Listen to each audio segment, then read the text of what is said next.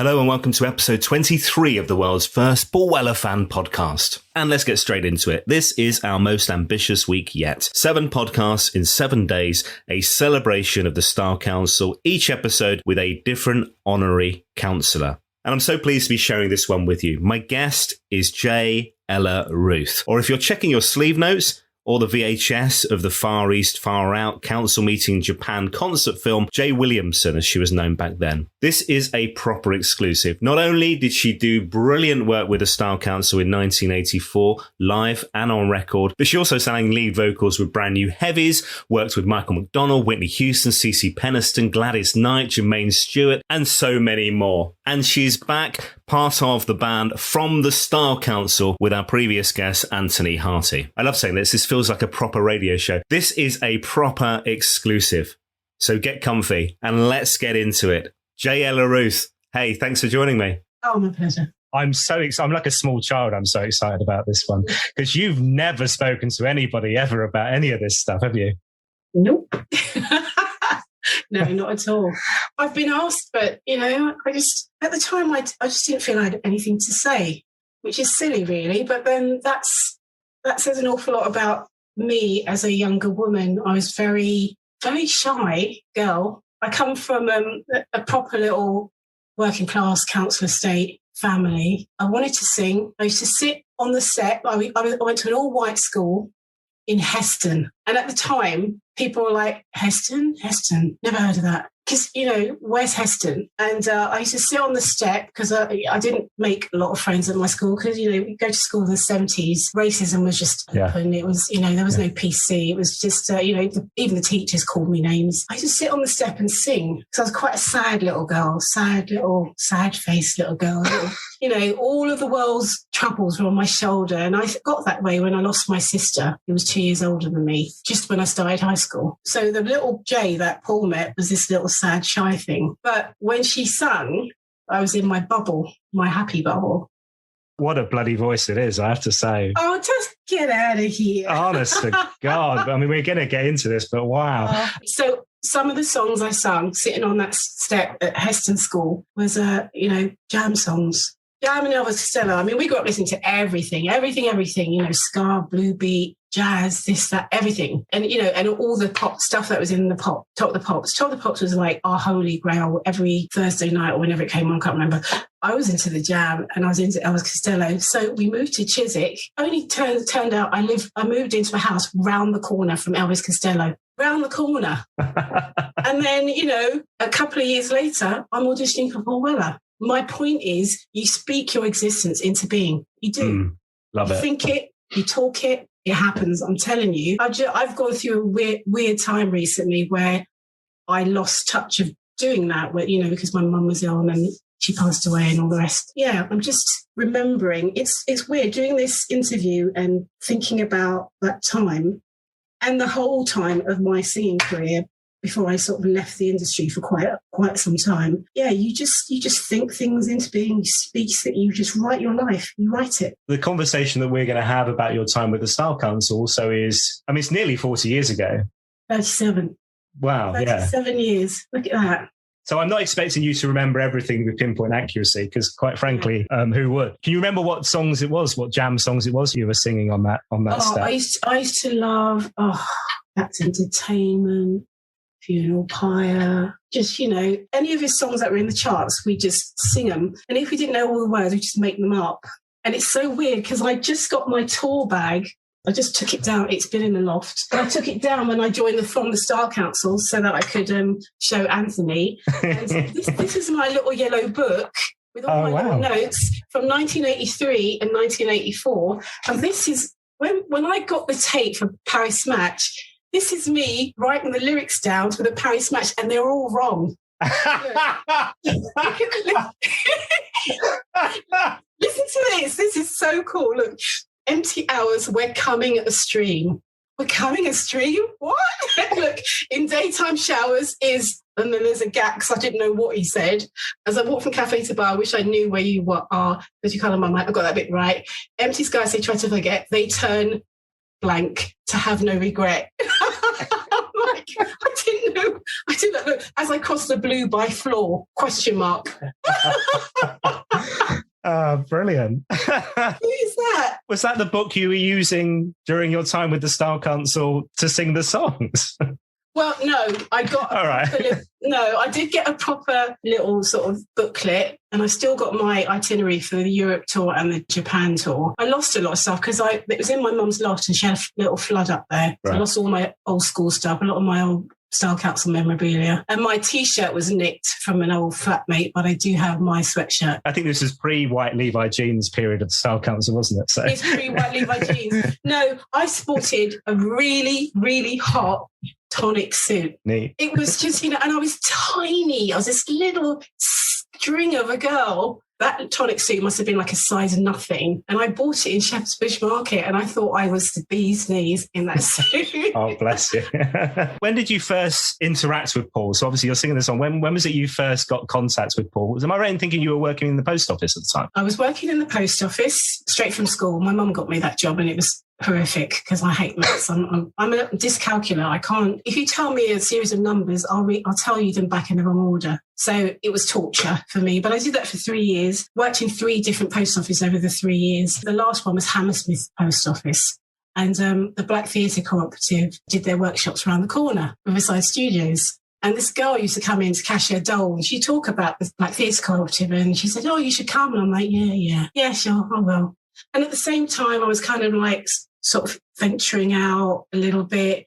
I made my way, this little Heston girl, to Hackney and joined a lovers rock band called La Famille, which Karen Wheeler and Claudia Fontaine were in. And when they left, I replaced them. And the reason why I joined La Famille is because I heard a demo with Karen Wheeler's son, and I was determined to be in the same band as her. So, and she don't know this, but unfortunately I didn't get to sing with her because she left, so I joined. And so I was doing little things, I met this guy. Do you remember there was a magazine called Loot? Mm-hmm. Yeah. Yeah, there was an advert for this guy who wanted a singer to songwrite with. So I answered the ad, and I ended up doing songwriting with this guy called Ronnie Registe, who passed away. And our lyrics are in this little yellow book with the little demos we did and my little 4-track. So I was mucking about with singing at home and, with writing with this guy, Ronnie Registe. There's just this guy that lived in Lisson Grove. And it's sort of like kind of getting about town a little bit. So one day when I was really bored after work one day, I just walked around to Riverside Studios and I just joined in this. I'd never seen anything like it because for starters, lots of black people, and I didn't really, I didn't grow up around black people. I just found it amazing and fascinating. And people like Victor Romero Evans and Malcolm Frederick. And it was run by Charlie Hanson, and he's the director who did all the Ricky Gervais movies and stuff. He spotted me and asked me if I'd like to audition for a play, a Sam Shepard play called Truth or Crime. So I said, yeah, all right then. Not thinking much of it. And so he said, okay, be at Channel 4 Studios on Monday at 3. And I'm like, Channel 4 Studios? What? Because that's where his office was. So I was like shaking like a leaf. And I asked Victor, what should I do? I've been asked to audition. What should I do? I don't know what to do. So he said, Jay, just make the words on the page come alive. That's what I did. I did an American accent and I put some life into it and read for him. And I got the part in this play. This is a long but a short story. Bear with me. So I've not spoke about this before, so it's all coming out. So we're rehearsing for this play in a disused old church in Archway. And, it's freezing cold and dark in there and sort of eerie. So every time the guys were rehearsing their pieces in the play, I'd sort of go to the loo and sing because it had the most amazing acoustics. So I'm singing Minnie Riperton and stuff like that in the loo. So Charlie Hanson put a song in there in this play for me because it was a play with music. It was a sort of like a little rock opera thing. So I sang this little song in The Truth of Crime, and Yvonne French, who was a presenter of a TV show called Switch, she had association with the Black Theatre Cooperative, like she knew people. And she came to see the play when the play came out. She walked up to me afterwards and said, I'm really good friends with DC Lee, and she's in this band called the Star Council and she's leaving and Paul's looking for a singer. Do you want to audition? And I said, okay, what do I have to do? She said, just give me a tape. And I said, I haven't got a tape. She said, well, make one. And I'll, this is my number, and we swap numbers and that. So she called me like every day, where's the tape? And I'm like, I've done it. She said, give me a tape, give me the bloody tape. So she gave me a deadline. So one of the guys who played the music in this play I did, Nat Augustine, he was in a group called Light of the World. He came round my house and we recorded on my full track Girl Talk, which is a little jazz number, Lonely Like Me, which is a Gap Band number. Yvonne came round, I handed her the cassette and off she went. So Paul calls my house a few days later. This is to my memory. And my mum answered. He said, I'll speak to Jay, please. It's Paul Weller. And now, I know who Paul Weller is. I mean, I've read interviews where Dee said, well, I haven't really heard of the Jam. And I'm like, what? How can you never have heard of the Jam? They were freaking massive. Anyway, this girl knew who the Jam was and this girl knew who Paul Weller was. I mean, I loved the Jam, loved the Jam. So, but I was so sort of busy with this little acting role. I hadn't really taken much notice of who or what the Star Council were. So anyway, I knew who Paul Weller was. So when the phone rang, I thought it was one of the guys from the band taking the mickey out of me because they knew that I'd given a tape to Paul Weller. So I picked up the phone and he's like, all right, Jay, it's Paul Weller. And I'm like, yeah, good one, guys. Good one. Whatever. You know, I was being a little bit cocky and they're like, he's like, no, it's Paul Weller. And I'm like, I think I might have sworn at him, but my memory's hazy. You know, I think I might have said, oh, F off or something, you know, but I can't remember. And then he's like, really? He's like, well, you know, give us your address. I'm going to send a bike round with a cassette for you to learn some songs and audition. I said, oh, yeah, sure. The bike was round in an hour from Solid Bond Studios and they handed me this package with a cassette in it and some lyrics. I was shaking because I genuinely thought it was one of the guys. So I'm like, oh my God, oh Mum, what am I going to do? He's not going to want me. So I've just told him to F off. I know. I wonder if he remembers this because I remember it because out of sheer embarrassment. But I never mentioned it, you know. So I learned these songs. Another thing that is in my tour bag is my 1984 diary. Oh, wow. Oh, wow. Girl About Town. We need to do weekly episodes where you read 1 month in each episode. That must be fascinating. What year is that? 84. So this is 84. So this is the year of you and the Star Council. Wow. Yep. Wow. So I was just reading it before we logged on, like the day that he called, the day that I looked, January the 23rd, pick up tape, Paul Weller.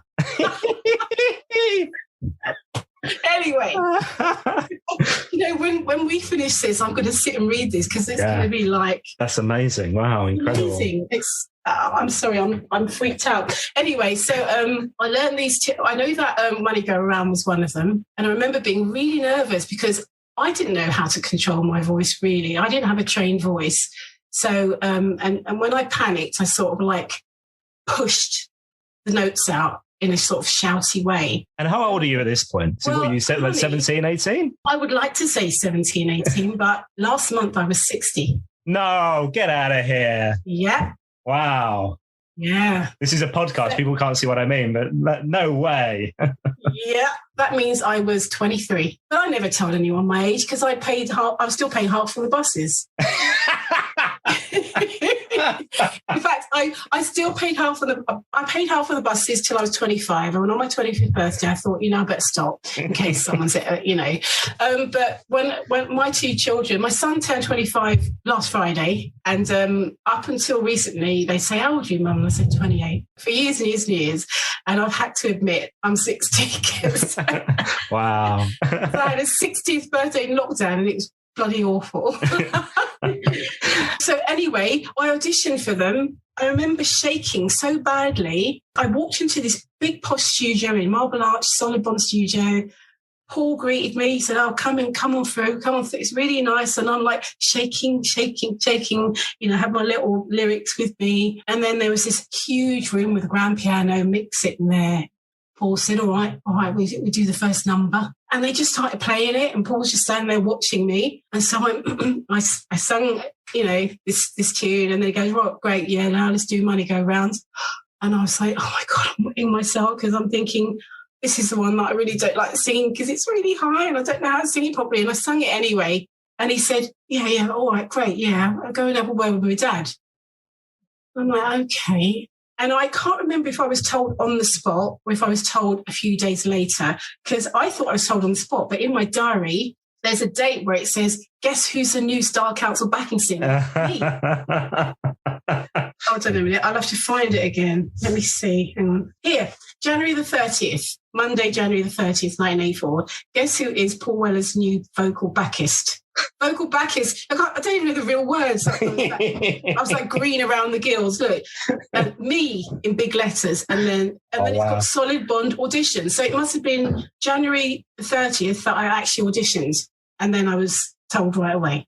And you're straight into it because those first dates are March. The first live date is March 1984, so you've got like a month to get into. I know, and I was doing that. Augustine was doing he was supporting Millie Jackson on tour, and I was doing his vocals. So I remember on the first day of audition, I wrote in my diary, oh my God, I have to tell Paul about tomorrow. And I think tomorrow was that I had a gig with that Augustine and Millie Jackson, but he was fine about it. So you get the gig with the Style Council, and this is, as you mentioned, with DC Lee. So she's signed to CBS, so she's not on this tour. And you're employed for the world tour, which kicks off with a live on radio, live on BBC TV gig in Chippenham. Was that your first live performance? That was my first, and we were still rehearsing. He just sprung that on us, and I'm like, what? I haven't learned all the songs yet, and I don't know what to wear.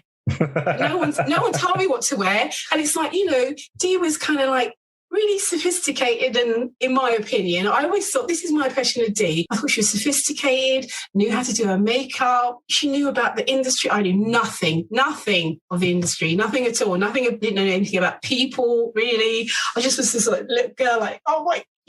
So I was in my mum's tights. I was in these heels I could barely stand in, let alone walk. and then I bought, and that skirt was what I used to wear when I was in the post office. That awful skirt, and I only wore it because it was black and white check, and then a red shirt that's just like I used to wear to church or something. And I'm like, oh God, I just felt so untrendy and so out of my depth. But I want to say this, and I've been thinking about this recently. Paul saw something in me that I didn't see in myself, and for that, I just love that guy. I love him. I've not seen him since 1984. Really? Wow. I've never bumped into him. I've been in this band and that, and worked with loads of different people, but I don't think we ever bumped into each other again. And it was such an intense period because you, like I say, you're bang into that UK tour, straight into Europe, and you're playing Lyon, Paris, Germany, Netherlands. And this is right around the time of that first album. So Café Bleu comes out when you're on that European tour as well. Yeah. And big crowds. People are really wanting to be a part of this and see this. Was that the first time you'd properly gone on the road, I'm guessing, as well then? Yeah. First time for everything. It's the strangest thing. I was with them for 6 months. I didn't know in what capacity. I didn't know I was a temporary replacement because there was no real dialogue. So I thought I was in the band. So when I wasn't all of a sudden in the band, I was a little bit heartbroken. But, it didn't take long for me to understand why I was not in the band anymore. I love when people are in love. I'm one of those sort of soppy sorts. So, and I could see, the journey to each other from a distance. Right. So it made sense to me, What do you remember about those European tours? And then there was like a short world tour. You mentioned Japan, USA. Yeah. I think we did, was it 1 or 2 in California and then 1 or 2 at the Savoy? Yeah, Savoy Theatre in New York, wasn't it? And Beverly Hills, the Wilshire Theatre in Beverly Hills. Yeah, it was amazing. And Japan was amazing. Just really happy memories, because Anthony mentioned that, I think he remembers Paul saying that the Style Council was just so much fun, and it was like a YTS scheme because we were all so young, and the guys didn't know how old I was. They kind of assumed I was about 16, so I looked like a 4-year-old at the time, this little skinny girl who didn't talk much. So, and it's weird. I was talking to my brother about this a couple of days ago. When everyone else went to the bar, I often went to my room because I was just like, oh, bless you. Not very good with a social thing, and I get a little bit embarrassed, and I didn't know what to drink or order because I didn't do any of that. So, I would sit there with a glass like all night. And then I wasn't good with the banter because it was lots of guys. And I didn't talk to Paul much because every time I was sort of around him, I was so tongue-tied and knock-kneed. Nothing came out. You mentioned this Shy Girl comes alive on stage, comes alive singing these songs. How did you feel in front of these big crowds? And particularly like Japan was massive, wasn't it? I think I got more and more confident. I do remember John Weller not like wanting me to sing it any different to Dee at all. So we had this ongoing little feud, bless him. He used to come and say, here, Jaye, yeah. Listen, I want you to sing it like Dee. I said, but I'm not Dee. I said, John, look at me. I was cocky with John, funnily enough, but not with Paul. Not with the boss. No. I used to stand on stage and I used to just concentrate on, I've got to sing this right. I've got to sing this right. It's got to be in tune. Because I thought in my little brain that if I sung one note wrong, Paul would sack me. And I don't know where this came from, but I think it was because, to me, he seemed to be a bit of a perfectionist. If something wasn't right, I think I saw him early on in rehearsal get a bit moody, and I get like that, well moody. So I kind of recognised that, and I thought, right, I've got to get everything right because I don't want him to ever And I remember singing one bum note one night at a gig, and he was playing his guitar, and I remember he shot a look at me, shot a look back, and carried on singing. And I remember my knees I remember thinking, like, I was going to faint because I thought, that's it, he's going to sack me. Oh my God. Just, it was that important to me. It was that intense. Yeah. But Japan was, by the time we got to Japan, I was a well confident little thing. I'd change half time into like shorts and Japan was where there was that little riot. Yeah, somebody mentioned this the other day. I didn't know anything about this. What was this? This is the strangest thing. I don't like Facebook much, but I'm on it at the moment. And since I joined Anthony's band, a Japanese fan messaged me through Facebook and talked about the famous riot that I caused, apparently. Did you? Why? All it was, we did, I don't know if it was Osaka, I think it was, I can't remember. There was these like Japanese audience who just sit in their chair and clap and behave. And there's all these sort of like military guys around and we're these little cocky kids and like, oh, look at all this authority. Oh, why can't they have fun like we are? So in the encore, I grabbed Helen's hand and we ran and jumped into the pit.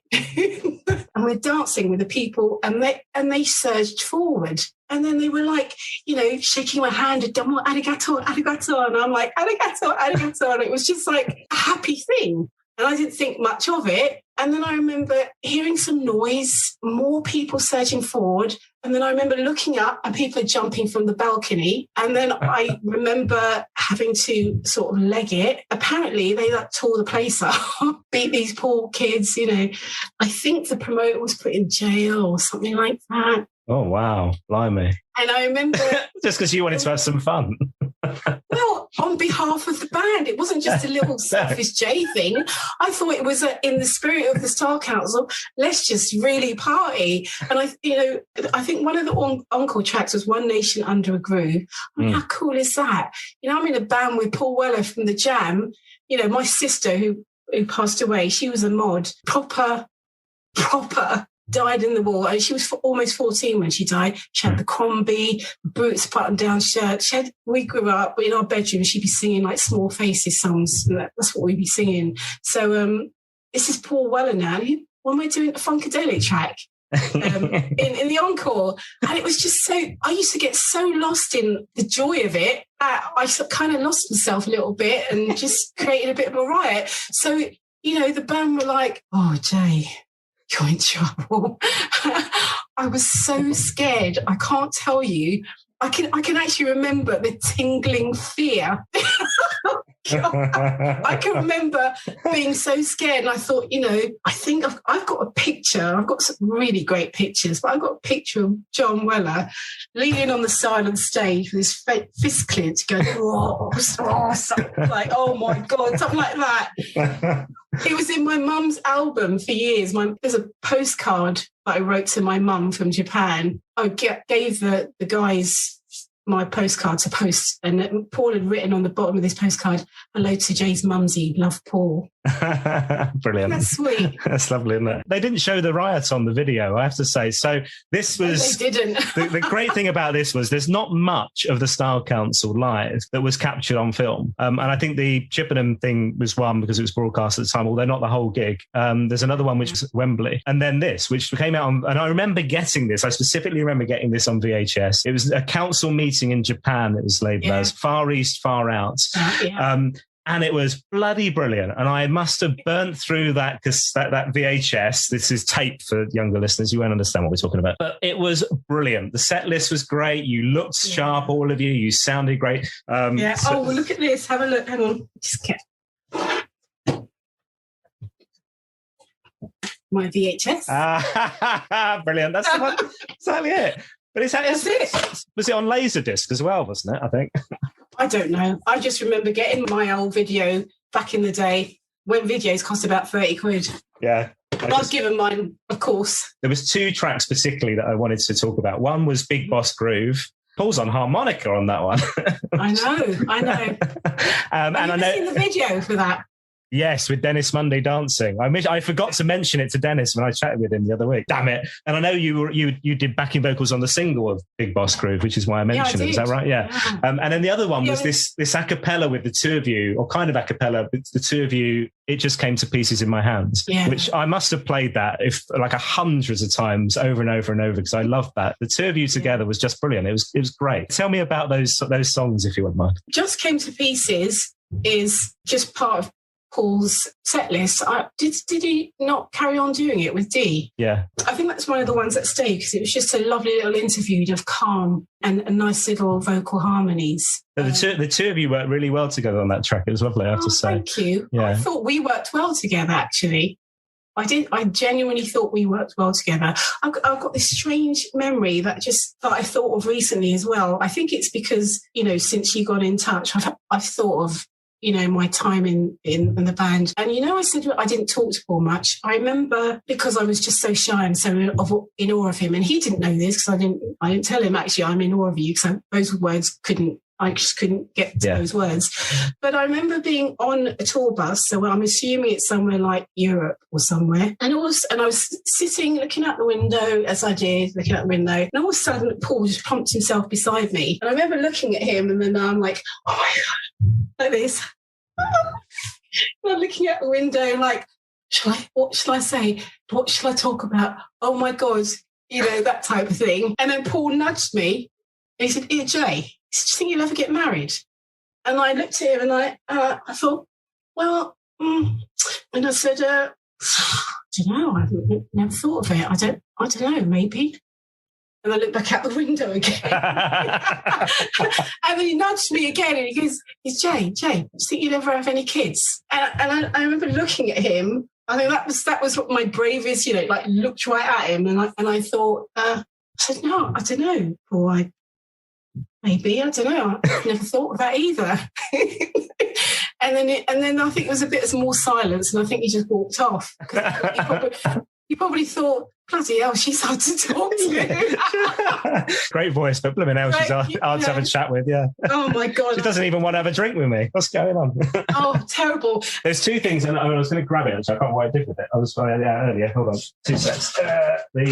So this is podcast. Doesn't make any difference if I got it in my hand or not. I could have faked it. But the great thing about this is not only are you captured on VHS, but you're captured on album as well. So do you know this one? This is the Style Council in concert. Dennis Munday put this together in 1998. And the first half captures those council meetings from 1984. But the first half of the album is you performing Meeting Over Up Yonder, Up for Grabs, Long Hot Summer, One Nation Under a Groove that you mentioned, Le Departe, Spring, Summer, Autumn. And then the second half is from Later with Dee. But you're on CD as well, which is amazing. I didn't know that. This 9 months that you mentioned is kind of captured forever for those of us that are fans to be able to dip into and sample and see and hear, which is lovely, I have to say. I didn't know that, and I wouldn't mind a copy from somebody. I'll see what I can do and figure it out. At the very least, you can have mine. Now, post-Style Council, there's another big thing that I want to talk to you about. Brand New Heavies, one of the most successful acid jazz UK funk groups of all time, and that first album that goes silver, and the one that, let's be honest, we all love, lead vocalist. Jaye Ella-Ruth, Brand New Heavies. How good was that? Do you know how good was that? I met this guy called Richard Mazda, and we went in the studio and did a single called Y, just the letter Y, which I wrote. And he was working with the JBs. The JBs. This is James Brown's, cool. Fred Wesley, cool. and Pee Wee Ellis and all that like that. You know, so on my single Y had Fred Wesley do a solo on it. And so he's mainly trombone, right? Yeah, iconic. Like the 60s and 70s, but then also you mentioned Parliament Funkadelic, and in the second half of the 70s he was playing with them, yeah? Exactly. So my single had Steve Williamson and Fred Wesley doing 2 solos. I mean, bloody hell, right? So anyway, to reciprocate, I sung the title track on their album called I Like It Like That. And so I'm doing a gig with the JBs at Brixton Academy supporting De La Soul. And I think the guys from the Brand New Heavies saw me there. Because I remember at that gig, Carleen Anderson was there.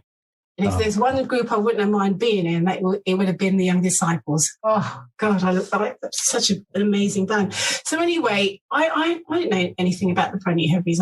They weren't known. You know, we met up, I sung some of their demos. Next thing you know, one of their demos is released. So I had a manager, the only time I've ever had a manager. She went steaming in there. Can't release these demos, and you've got to pay, and you've got to pay. And so my time in the Brand New Heavies is a little bit frosty to my memory. We recorded these tracks properly, and then it comes out as an album single, and the video for Dream Come True, oh my God, it was beautiful. And I was in this Versace all-in-one jumpsuit thing and a little skinny frame me. And because I was a little bit of a tomboy, I didn't want to wear the heels they gave me, so I wore my Timberland boots with this Versace. And this cute little wig that they had this top hairdresser come and cut this wig for my head shape. And anyway, that video was squashed when I started, do you know what? Psychoanalyze this. I was in a band like the Style Council, then I wasn't. And then I was in a band like the Brand New Heavies, then I wasn't. It's not like anyone said, okay, bye, Jay.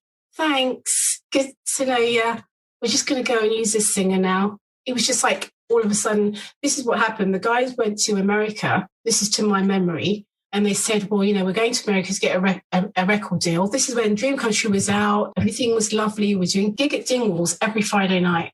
So really sharpening up nicely. And I was really coming out of myself slowly, like properly. Didn't quite get the band. I knew that they were funky, but I did, I'd asked them, what do you want me to look like? They were not really responsive. So they flew to America and they signed with Delicious Vinyl. And part of the deal was to take a singer that was signed to Delicious Vinyl called Jayella.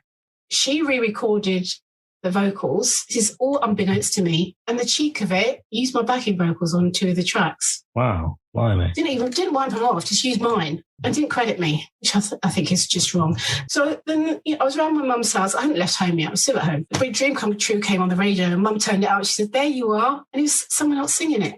And it was such a shock that was such a shock for me at the time. I can't tell you how awful that was. I think I burst into tears because I was so shocked. I bumped into Jan, years later, and I tried to ask him why. Why do you guys do that to me? But I don't think he really wanted to talk about it. I think he was a little bit,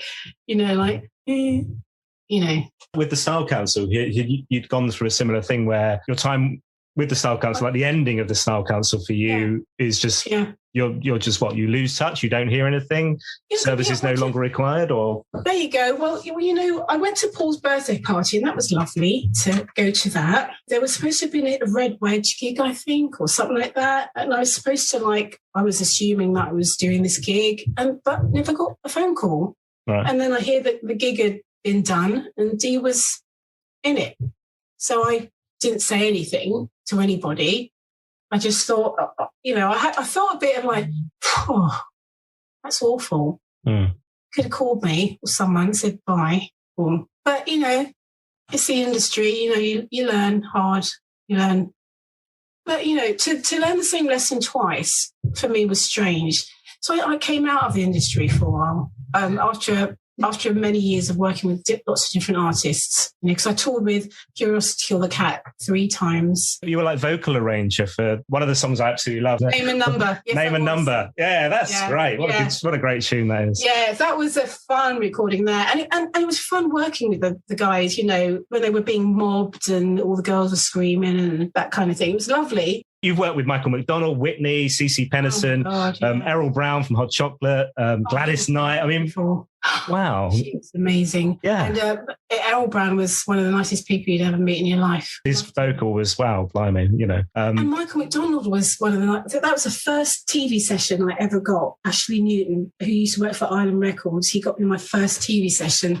It was for Michael McDonald, and what a decent, lovely guy Michael McDonald is. I'm also going to ask you a couple of final questions if you've got time. And one was around the Prince's Trust. This is 1988, Prince Charles's 40th birthday. You produced a song which is like a souvenir for the birthday celebrations. It was the Prince's Trust. I got a call saying, "Can you do this demo?" Because I get booked for sessions. I don't know how I used to get booked. I used to get work thrown at me half the time. So I used to call myself Britain's top session singer. So I did this. I just sang this demo, thought nothing of it. And then I got a call one day and they said, actually, this demo is for Prince Charles. It's for his 40th birthday. Would you like to perform it? Because I sung the demo, it was originally, I believe, for Sheila Ferguson, because Sheila Ferguson was one of Prince Charles's favourite singers, as far as I knew. So I said, "Oh, okay," like I do. It's funny. I just went through my career like, yeah, all right, yeah, sure, yeah, I'll work with that, yeah, sure. And it's only now that I'm like, damn, bloody amazing. Yeah, incredible. Yeah. This all seems like none of this is. It's like a big deal. You're just kind of going, yeah, it's fine. And you're just sailing through it. Whereas actually for anybody else kind of working with Whitney Houston or Michael McDonald would be like, oh my God. I know. It's weird. I went to Whitney Houston's 25th birthday party with Ben from Curiosity. And it's so weird. I used to go to the WAG on my own and dance. Sometimes go with people. I always felt like a bit of a duck out of water, like imposter syndrome. Because I think I was just a very insecure girl pretending that I was a very sociable person. I wasn't. I was really used to feel out of my league, out of my depth in social. And that's just something that I'm dealing with as a big grown adult now. You see what I mean? So I remember standing next to this. I remember I was standing and I was looking down at my feet for some reason. And the person standing next to me had feet that were turned out. When I stand, I'm slightly bandy-legged. My feet slightly turn in. And I remember standing for a while, looking at this person's feet turned out, look at mine turned in. And we had similar shoes on. And I'm like, oh. And I remember looking up and it's Whitney standing right next to me, just staring at me. And I'm like, so I said, hi, happy birthday. She said, thank you. And we were the same height. We were the same build and we had the same kind of clothes on, shoes on. Like she had a cool dress that came to the knee and I had a cool dress that came to the knee. And once again, tongue-tied. Yeah. Whitney Houston. I could have had a conversation with her, poor girl, if I'd have known how bloody miserable and lonely she was too. There's so many opportunities where I could have had great mates but I was really insecure, man. Mm. It's tough though, isn't it? Because it's not for everyone. And no matter how talented people are, and you clearly are, it's not for everyone, is it? It's not. So you have to be a kind of certain individual to be able to be resilient, be able to bounce through these things, and just the social aspect of being a singer and being in a band or whatever. It's hard for people. It's not for everybody, is it? It is. If I was that type of person, I'd still have Paul as a friend, and that's because, oh my God, what a nice guy he is. My memory of him, what a lovely guy. Mm. That's all I remember. I just thought he was fantastic. So when Anthony got in touch with me through Facebook, I rejoined because there was a tribute to Larrington Walker that I was a part of, and so I had to rejoin for that. And Anthony found me through Facebook and messaged me like, "Hello Jay, how the hell are you?" And we ended up talking, and in that conversation he asked me to join from the Star Council. I just lost my mum and I didn't even know, when you lose your mum, you kind of lose your mind a bit. I just didn't know where or who I was after I lost my mum. I felt completely lost. And I just sort of said, yeah, all right. Yeah, that might be good for me to join a band. But it's so weird. In that first rehearsal, we rehearsed in this great studio in somewhere near Coventry because Anthony lives in Coventry. So I travelled up there, and it was freaky because it was like the first rehearsal with the Style Council, and I was almost back in that place, and I thought, I'm having an out of body experience. This is weird. Because the band is so damn good. All the guys in this from the Style Council, they just love the Style Council music. And I suppose I'm in it because I love the music. I love the music. There's a few tracks that I absolutely adored after I left, like from the Confessions album especially. I love that. Do you know what? When I was listening to the album just before we spoke, every time I listen to it, I feel like I'm intruding on someone's love affair. That's what it feels like to me. I feel like I'm getting a little glimpse of someone's very, very personal love affair, and it's kind of like, oh, thanks for inviting me. Okay, bye. now I feel awkward. Yeah, I feel a bit awkward now. Like I did at his 25th birthday party. I was in a jacket and skirt that I'd made myself. Like I'd made my own clothes. God, on my mum's sewing machine. Oh God, the hand turn one. The old grannies. And it was turquoise. I do remember that. And I remember feeling really geeky and awkward, and And then Dee arrived, and she was like freaking flawless. And I remember looking at her like, shit the bed, look at this woman. I remember sort of like skulking back into that, hiding somewhere because I thought, I might go home.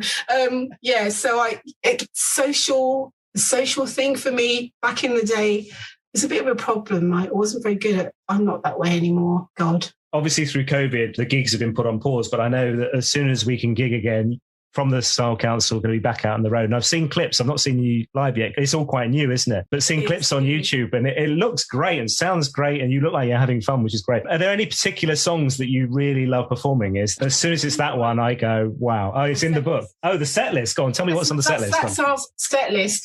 We open with Meeting Over Yonder, which is gorgeous. It's just like it was. It really is. That's Curtis Mayfield's song. Is that right? Yeah.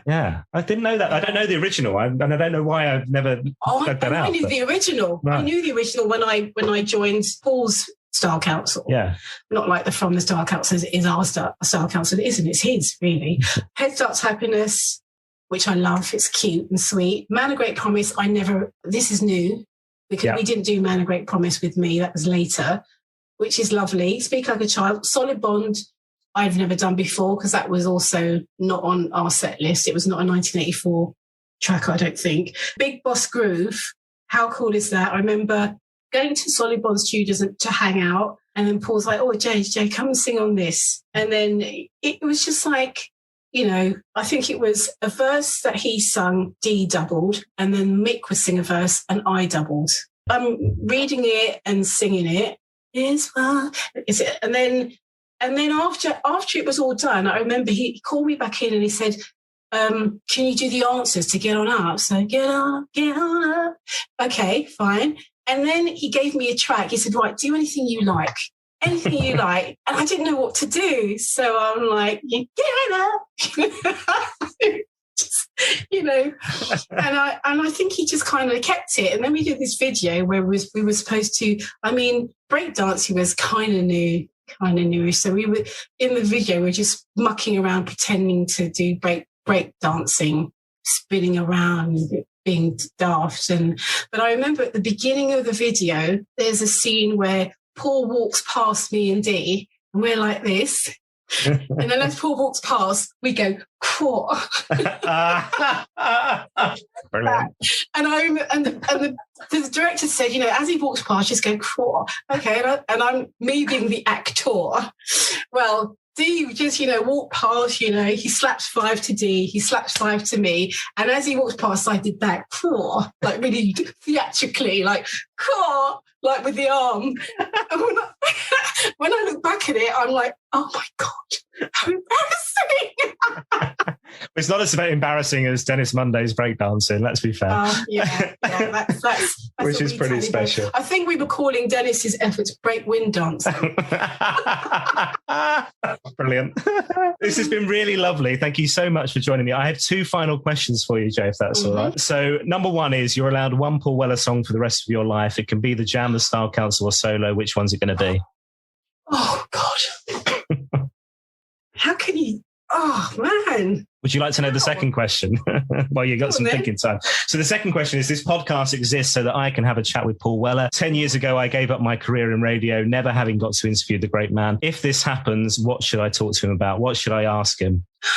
They're both hard questions. He's open in some respects, but he does, he's a closed book in others, isn't he? So don't know what you get out of him. Let's hope a podcast, but we'll see what happens. I was going to say, I'd love to work with him again, but that's just, put it out there, because if I don't put it out to university, it ain't going to come back to me. I'd love to work with him again, sing on something of his, because, wow, as a grown woman, I'd actually talk to him. You could actually ask him questions now. Yeah, you're right. That'd be great. I'm going to nail you down to a song. Which song are you going to pick? It can be solo, it can be Style Council, it can be back on the steps singing the jam. Okay. Maybe It's a Very Deep Sea. Oh, nice. Maybe. Only because it's so haunting and such a beautiful point. Having said that, I got into someone had posted on this jam fan Facebook page, and they said, "Funeral Pyre, is this the best drum piece ever done or not?" And then you had all these proper Weller fans saying, "Oh, yeah, definitely. Oh, no, fuck off. It's this so no, it's it." You know how they get into these real sort of like boy fights over anything Paul. And I'm like, oh, please. So I wrote a little lovely, eloquent piece, because I was years as an English teacher, which we didn't go into, thank God. But so I wrote this lovely, eloquent piece about how why Funeral Pyre was so beautiful and important to me. Sitting on those steps at school and going home and playing Funeral Pyre. And I used to go into trance. The drumming, the bass, everything about that track used to put me in a flipping trance. It's so damn good. There's so much about the jam that was so good. It's indescribable. That's why he has so many fans. I remember him saying something once about, "Oh, I'm not a spokesman for generation," or once, I don't know if I'm misquoting. And I remember thinking, yes, you bloody are, Paul. You are, but do you not see it? You are for me. He was a spokesperson. He is a spokesperson. And that's why people absolutely worship the guy. I've met people who, like, if Paul told them to jump in a funeral pyre, they would. And, even with from the Style Council, how beautiful is this? You sing You're the Best Thing, people start crying in the audience, holding each other, and dancing together like this. Yeah. Like, oh, this was our wedding song, and this was a song that was sung when my mum was passing. Oh my God, they're sobbing. And I feel blessed because I was in it for just, a little moment of time. It's beautiful. It's a beautiful thing to do. Singing from the Style Council, it's not like it's a tribute band, but it is. Reliving such a beautiful moment, not just for us, for millions of people, and there are millions, and pay tribute to his songwriting. Well, yeah, and the songs, the jam, the Style Council, the solo stuff, the words and the songs mean so much to people. And I think you're right. When you venture into that Facebook arena, and I've only just gone back to Facebook very recently, having not used it for a while because it didn't do my mental health any good. But you have to get in there to promote your work. And I know, it's annoying. Yeah, it's really annoying, bloody Facebook. I mean, I don't have anyone. I've never known of anyone who's like, I hold like a hero or but there's been people, Stevie Wonder and Prince, Michael Jackson, and whoever, Paul, Elvis Costello, who you appreciate. I remember he was once queuing for their phone booth, just to let people know, back in the day, if you needed to make a phone call, you had to walk a few streets away to a little red box and put your money in and dial and make a phone call. So I was on a long distance phone call because I was dating this guy in America. So we're in this long distance phone call, and Elvis Costello's waiting outside for the phone booth. So I opened the door and I said, "Hi." I said, "Not going to be long." He's like, no, don't worry. So, take your time. And I remember saying on the phone to my boyfriend, oh my God, it's Elvis Costello. He lives around the corner from me. It's Elvis Costello. And Evan was like, who the fuck is Elvis Costello? Elvis Costello! Elvis Evan Costello! He was so jealous. Well, that is basically me on the final episode of this podcast series, having a conversation with Paul Weller, where I basically just go, oh! Well, I hope you get that conversation because it'll be cool. I hope you get that. And I think this as a premise for a podcast is really, I wish I'd thought of it. It's great. It's great. Bless you. Hey, Jaye, I've loved every second of this. Welcome back. And I'm so glad that you've picked this podcast to chat with us as well about this, because I've loved every second of it. I know the fans will too as well. So thank you so much for your time. Thank you. Well, that was an absolute blast. Hey, look, if you've enjoyed this podcast, please leave us a review. Please spread the word. Please tell your friends to have a listen. That was just incredible, wasn't it? Now, next up, trombonist Ashley Slater. Not only is he the man behind Freak Power with Norman Cook, aka Fatboy Slim, but Ashley played on the Lodgers single and the Cost of Loving LP, otherwise known as the Orange Album. Don't forget, you can get in touch on Twitter. It's @WellerFanPod, or you'll find us on Instagram and Facebook at Paul Weller Fan Podcast. I'll see you next time.